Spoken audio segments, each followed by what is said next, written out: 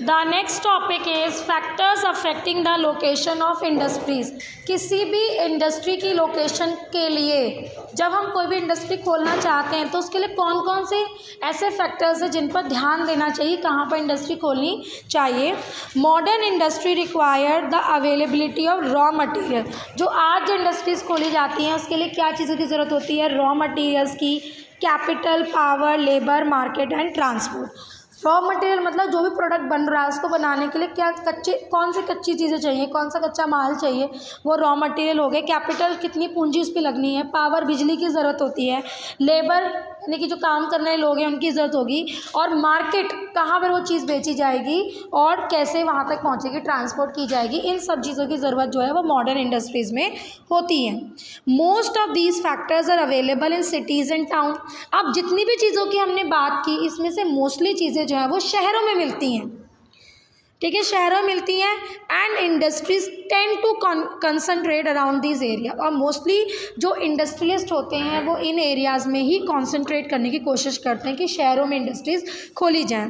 Sometime the government provide some subsidies like power and lesser cost of transport to set up industries.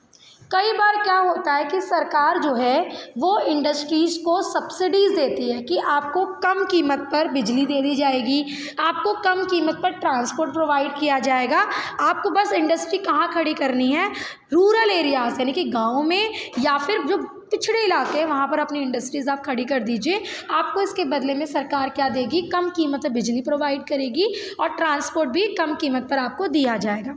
ऐसा सरकार क्यों करती है? ऐसा सरकार इसलिए करती है ताकि रूरल एरियाज़ और जो बैकवर्ड एरियाज़ हैं वहाँ पर लोगों को काम मिल सके, उन एरियाज़ का डेवलपमेंट हो सके। क्योंकि अगर पिछड़े इलाकों में या गांव के इलाकों में इंडस्ट्रीज़ खुलेंगी तो वहाँ पे डेवलपमेंट होगा। क्यों होगा?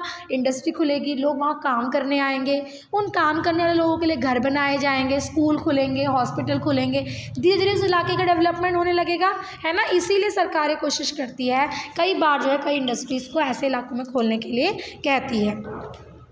दस इंडस्ट्रियलाइजेशन लीड्स टू अर्बनाइजेशन। तो इस तरह से क्या होगा कि अगर इंडस्ट्रीज़ खोली जाएंगी तो वहाँ पर शहरीकरण होगा, वो एरिया धीरे धीरे डेवलप होगा। That is why the government want industries to be set up in rural और backward areas.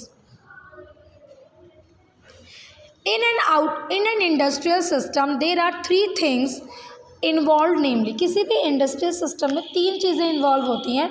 First is input, second is process and third is output. Computer की डेफिनेशन में पढ़ते हैं ना, इनपुट प्रोसेसिंग एंड आउटपुट। हम उसमें कुछ input डालते हैं, उसमें प्रोसेसिंग करता है सीपीयू, देन एक इनपुट एक उसका आंसर जो है निकल कर सामने आता है।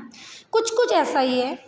सम ऑफ द इनपुट, अब इनपुट क्या होंगे? रॉ मटेरियल, कच्चा माल, बिजली, जो पूंजी लगाई गई है, जो पैसा लगा है वो, जो लेबर काम कर रही है वो, टेक्नोलॉजी जो यूज़ हो रही है, पंखा चल रहा है, लाइट जल रही है, ये सब चीज़ें भी उसमें ऐड होंगी। प्रोसेसिंग का मतलब क्या होगा कि मशीन चलेगी, मशीन में काम होगा, कुछ चीज़ बनेगी, वो प्रोसेसिंग हुआ। रॉ मटेरियल की प्रोसेसिंग होगी। और आउटपुट का मतलब क्या है? जो फिनिश गुड, जो प्रोडक्ट बनकर रेडी होकर हमारे सामने आएगा वो आउटपुट होगा, या उस प्रोडक्ट को बेचने के बाद जो पैसा आएगा, इनकम होगी, वो उसका आउटपुट होगा। The output refer to the finish product and the income derive from it. For example, in an iron and steel industry, the input are iron, coal, limestone, manganese, labor, capital and cost of transportation. जिस company में steel बनाया जाता है उस company में input क्या होंगे? कोयला, लोहा, लाइमस्टोन, चूना पत्थर, मैंगनीज, लेबर, कैपिटल और ट्रांसपोर्टेशन का खर्चा, ये इनपुट होंगे। प्रोसेसिंग क्या होगी? लोहे को पिघलाया जाएगा, रोल किया जाएगा, शेप किया जाएगा, उसको माउल्ड किया जाएगा और आउटपुट क्या निकलेगा? जो स्टील का प्रोडक्ट है वो उसका आउटपुट होगा। तो इस तरह से किसी भी इंडस्ट्री में वर्क होता है।